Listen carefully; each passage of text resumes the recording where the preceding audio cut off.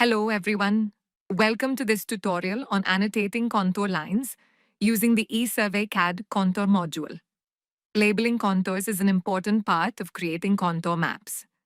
A properly annotated contour map helps users quickly understand and interpret the shape and characteristics of the terrain.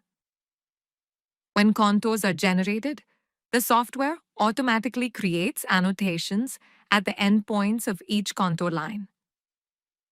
However, if additional annotations are required at other locations on the contour map, ESurveyCAD provides multiple annotation options. In this video, we will explore the various contour annotation methods available within the CAD package. To annotate contours at a specific point, select the Contours at Specified Point option from the ESurveyCAD menu. Next, select the required contour line. The software will immediately create the contour annotation at the selected location. To annotate contours at the midpoint, simply select the midpoint option from the contour menu and then select the contour lines.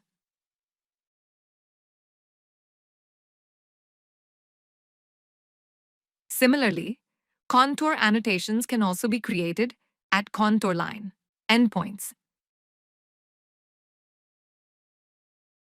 If you need annotations at regular intervals, you can specify the desired interval value and generate annotations accordingly. One of the most commonly used annotation methods is annotation using Fence. To use this option, select Annotate. Using Fence from the menu. Then draw an imaginary line across the contour map so that it intersects the contour lines where annotations are required. The software automatically creates contour labels at all intersection points between the fence line and contour lines. Sometimes, contour text labels may overlap contour lines, making them difficult to read after printing.